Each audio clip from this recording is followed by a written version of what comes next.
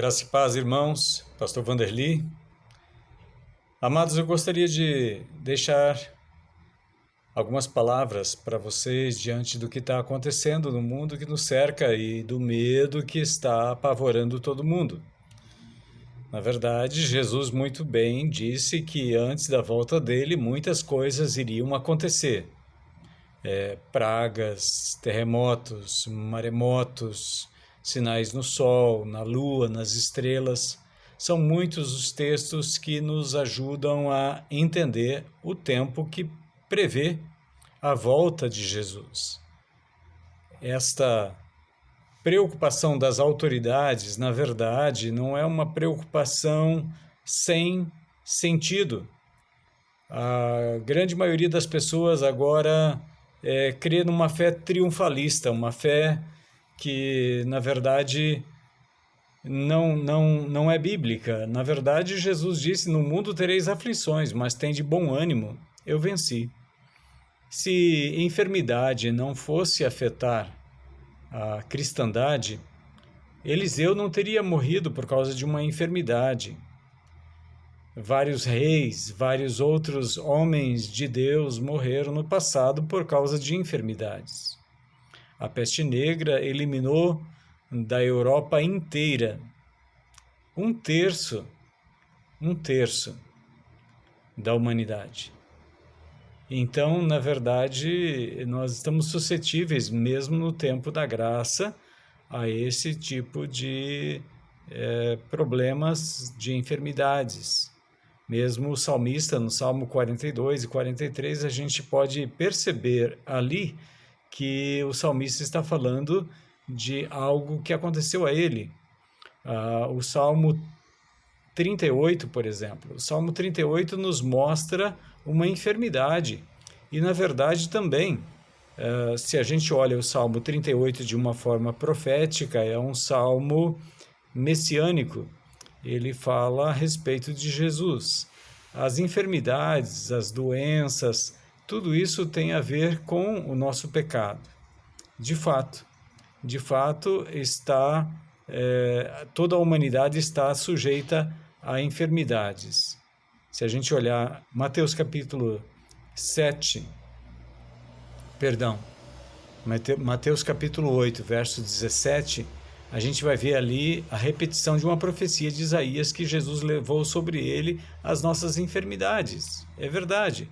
Mas se a gente olhar para Pedro também, Pedro fala na primeira carta, no capítulo 2, que as nossas enfermidades eram nossos pecados, ou seja, toda enfermidade ela leva à morte. O salário do pecado é a morte. Então, na verdade, nós estamos vivendo um tempo em que as pessoas podem estar sujeitas à morte, até mesmo porque nós estamos ainda nesta carne, aguardando a manifestação gloriosa do Senhor Jesus, quando as pessoas vão ressuscitar, e então depois da sua ressurreição, elas então vão desfrutar de uma vida onde não haverá mais pranto, nem luto, nem dor. No entanto, se nós olharmos a palavra de Deus, por exemplo, Provérbios capítulo 22, verso 3, existem conselhos na palavra de Deus que dizem a respeito de momentos como este em que nós estamos vivendo. E o texto diz: o prudente antevê o perigo e toma precauções. Em outras versões fala que o prudente vê o perigo e se esconde. Se esconder significa também se preservar. E o texto segue dizendo: o ingênuo avança às cegas e sofre as consequências. Existem consequências se nós não cuidarmos, por exemplo, de um momento como esse, de contrairmos um vírus como este, e talvez você, na flor da idade, talvez você que é jovem ainda, não vai sofrer maiores consequências do que uma forte gripe. Mas você pode ser o causador, talvez, da morte de entes queridos seus, talvez de crianças recém-nascidas cujo corpo ainda não está preparado para ter uma reação a esse tipo de enfermidade. É necessário, então, na minha opinião, sermos prudentes e vede como andais. A palavra de Deus nos dá conselhos tanto para uma questão quanto para outra. Mas também nós vemos na palavra de Deus a proibição de nós desobedecermos às autoridades no que diz respeito às coisas de Deus. Nós temos a liberdade de desobedecer, por exemplo, Pedro e João e os apóstolos e a igreja primitiva, eles viviam de uma certa maneira fora da lei. Só que a lei que era estabelecida era uma lei que proibia, por exemplo, a adoração a Deus. Adoração no sentido de adorar a Jesus, por exemplo, a religião judaica que adorava a Deus, o Pai de nosso Senhor Jesus, ela já existia, mas a lei romana previa que não podia surgir uma nova religião. Então, os judeus logo determinaram que o cristianismo não tinha nada a ver com eles, com o Deus de Israel, com Deus judeu, e dessa forma o cristianismo estava fora da lei. No entanto, se nós observarmos bem, a questão que hoje as autoridades estão proibindo a reunião não é para você deixar de adorar a Deus. Não é pelo fato de que você está se ajoelhando no seu quarto, orando, adorando a Deus. Em países muçulmanos, por exemplo, lá a lei diz que é proibido e a pena é pena de morte. Então, considerar o fato de que em alguns países adorar a Deus é algo totalmente inaceitável, as autoridades em nosso país, por exemplo, não estão proibindo você de adorar a Deus.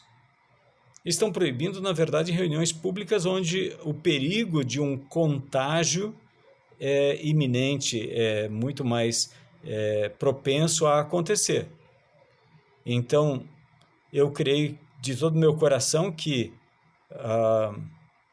obedecer a esta ordem não é uma desobediência a Deus. Também acreditar cegamente que agora, pelo fato de que eu estou em Cristo, eu não vou passar por enfermidades. O apóstolo Paulo, por exemplo, escreve para Timóteo para ele tomar também algum tipo de precaução diante das frequentes enfermidades dele. Outro discípulo de Paulo, ele deixou doente na cidade de Mileto, por exemplo. Epafrodito teria adoecido uma doença, talvez quase chegou à morte. O próprio apóstolo Paulo, ele fala também de enfermidades que ele enfrentou. Então, na verdade, crer em Cristo e estar em Cristo não nos isenta de passar fome, por exemplo, ou de sofrermos um tipo de enfermidade. O que nós temos que ter neste momento é bom senso. Precisamos ter uma consciência tranquila diante de Deus. E se de fato nós quisermos andar como Cristo andou, diante de fatos como este, o que nós precisamos fazer, na verdade, é entrar em acordo. Por exemplo, se eu estou brigado com a minha esposa, fazer as pazes. Eu não sei. A gente vê também pessoas falando que os cristãos hoje estão com medo de um vírus e não estão preocupados com a volta de Jesus. É um pouco pesado essa comparação. Na verdade, todos nós estamos, sim, preparados para a volta de Jesus. Paulo diz em 2 Coríntios capítulo 5, por exemplo, que em breve ele seria despido desta carne e deste tabernáculo terreno e seria revestido do tabernáculo celestial. Na verdade, ele não estava preocupado ou estava desejoso de deixar este tabernáculo, morrer, por exemplo. Na verdade, o desejo de Paulo era ser revestido deste corpo imortal que Deus prometeu para mim e prometeu para você quando Jesus se manifestar. Mas até lá, todos nós vamos morrer. Esta é a maior convicção que eu e você precisamos ter, que nós vamos passar pela morte, quer queiramos, quer não. Então, neste momento, diante das autoridades instituídas por Deus, e veja bem, essas autoridades não estão proibindo você de adorar a Deus, de orar, de ler a Bíblia. Nós devemos obedecer a essas autoridades, sim. E veja bem, o culto no templo não é um estabelecimento de uma lei de Deus, como se agora nós tivéssemos dia e hora para adorar a Deus. Na verdade, nós podemos adorar a Deus a qualquer hora do dia ou da noite. Nós temos um livre acesso que Jesus abriu por meio da sua morte. O véu foi rasgado e agora nós temos livre acesso ao Santo dos Santos, à presença de Deus. Quer seja por meio de oração, quer seja por meio de meditação da palavra, quer seja por louvores em família, por exemplo. A igreja primitiva, ela se reunia no templo, mas o templo, no ano 70 depois de Cristo, foi totalmente dizimado, totalmente destruído, cumprindo assim também uma profecia de Jesus a respeito dos locais de culto. Quando Jesus falou para aquela mulher junto ao poço de Jacó que tinha chegado o tempo, ele diz nessas palavras: vem a hora e já chegou. Ou seja, a partir deste momento, não é nem nesse monte onde os antepassados dos samaritanos adoravam a Deus, e não é também em Jerusalém, onde havia sido construído o templo. Mas os verdadeiros adoradores que o Pai está procurando para seus adoradores são aqueles que adoram o Pai em espírito e em verdade. Ou seja, existe um lugar que não é um prédio, um templo de pedras, de tijolos. O verdadeiro templo do Espírito Santo, Paulo fala em 1 Coríntios capítulo 3 e o capítulo 6, que somos nós. Hebreus capítulo 3, verso 6, por exemplo, diz que Deus habita em mim e em você. É esse o lugar da verdadeira adoração. E o Pai está procurando para seus adoradores aqueles que o adoram em espírito e em verdade. E desta forma, então, não é o lugar. A reunião pública é muito boa, é favorável, é maravilhoso, nós podemos nos reunir juntos para adorar a Deus. Mas vamos pensar que este momento é o momento em que Deus está dando para mim e para você adorá-lo em família. Quantas pessoas estão indo ao local de culto juntamente com outros da mesma denominação, adoram Deus lá, viram as costas, saem da porta do templo, do local de culto, na verdade, porque o templo somos nós. Eles saem desse local e mudam o comportamento de uma maneira tão drástica. Pessoas que estavam ali adorando a Deus e exaltando o nome do Senhor Jesus, de repente começam a mentir, a cobiçar, são maus pagadores, têm uma má fama na sua vizinhança. Creio de todo o meu coração que esse é um tempo que Deus está dando para eu e você, como família, nos tornarmos verdadeiros adoradores que adoram o Pai em espírito e em verdade, que não necessitam de um líder lá na frente dizendo para você: agora faça isso, agora faça aquilo. Este é o horário de culto, esta é a hora da adoração. E por que não celebrarmos a ceia em família, como acontecia na Páscoa judaica?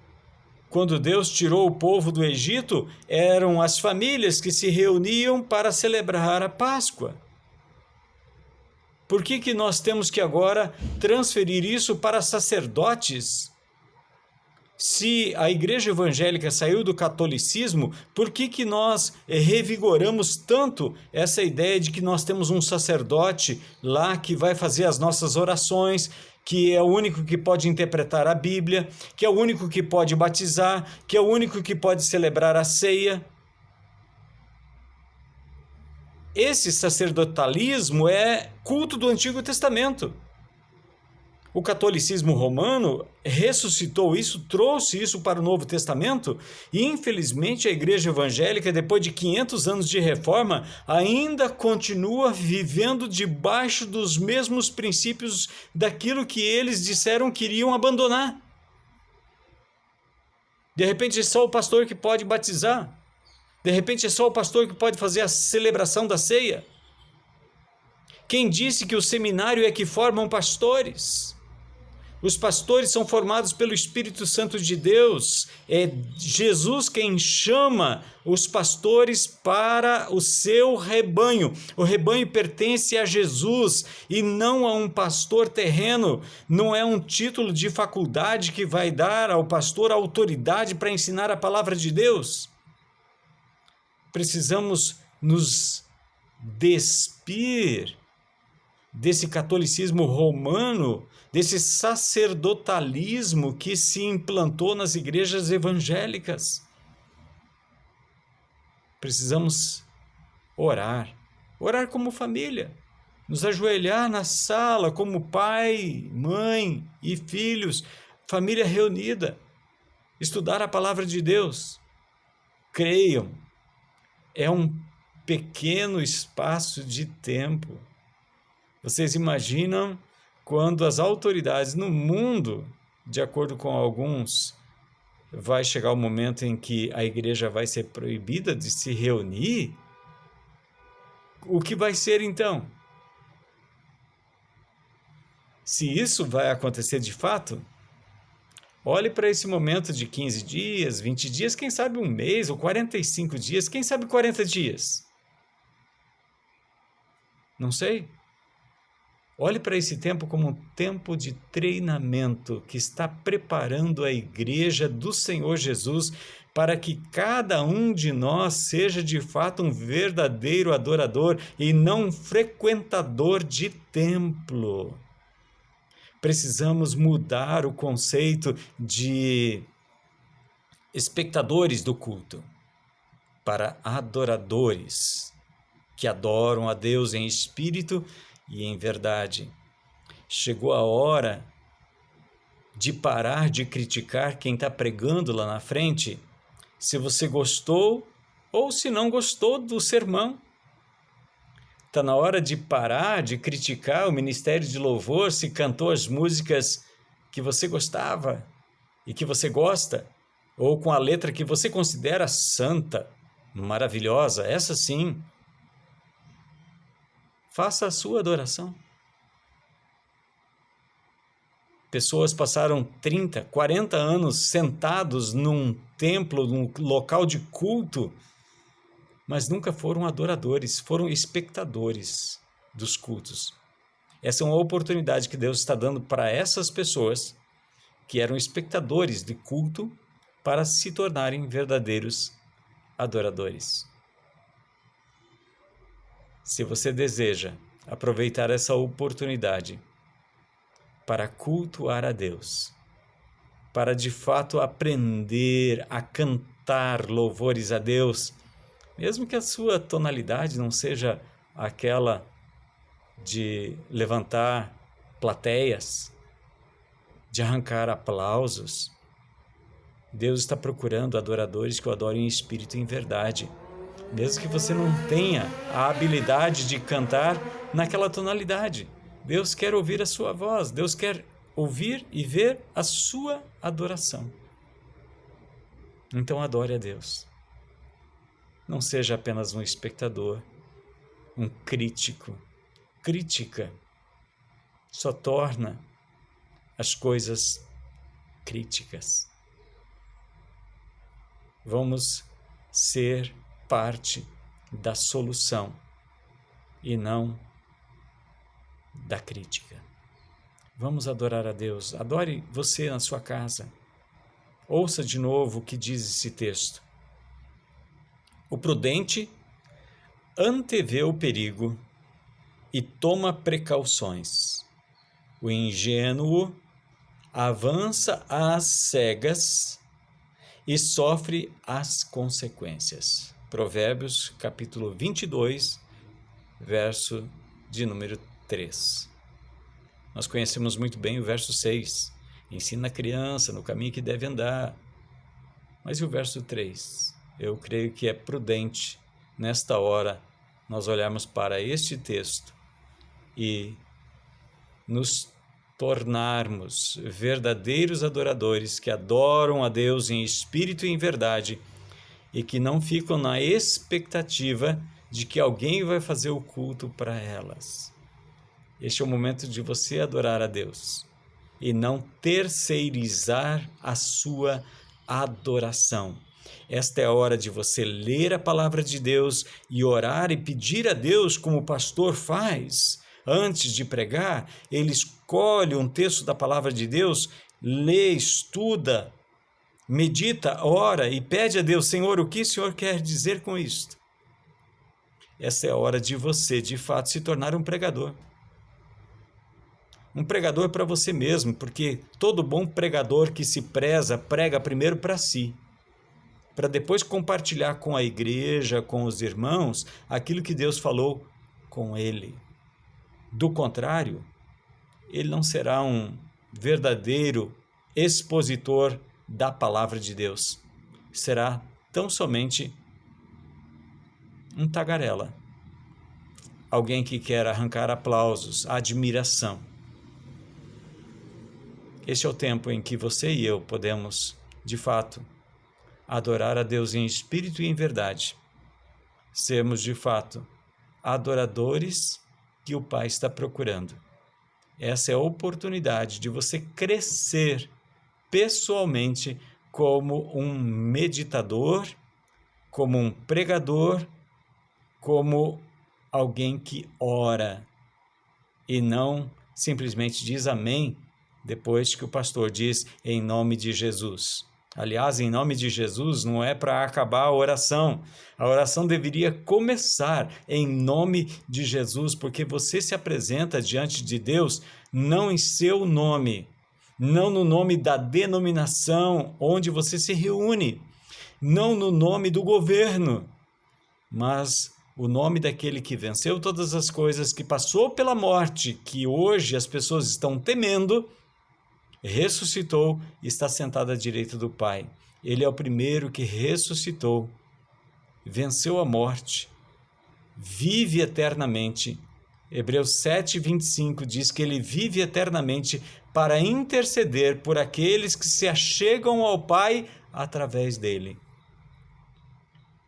Então, seja alguém que mantenha comunhão com o Pai por meio de Jesus, pelo auxílio do Espírito Santo, porque Paulo disse que nem orar como convém, a gente sabe. Então esta é a hora de você buscar a ajuda do Espírito Santo para que você saiba como orar e por meio de quem você deve clamar a Deus.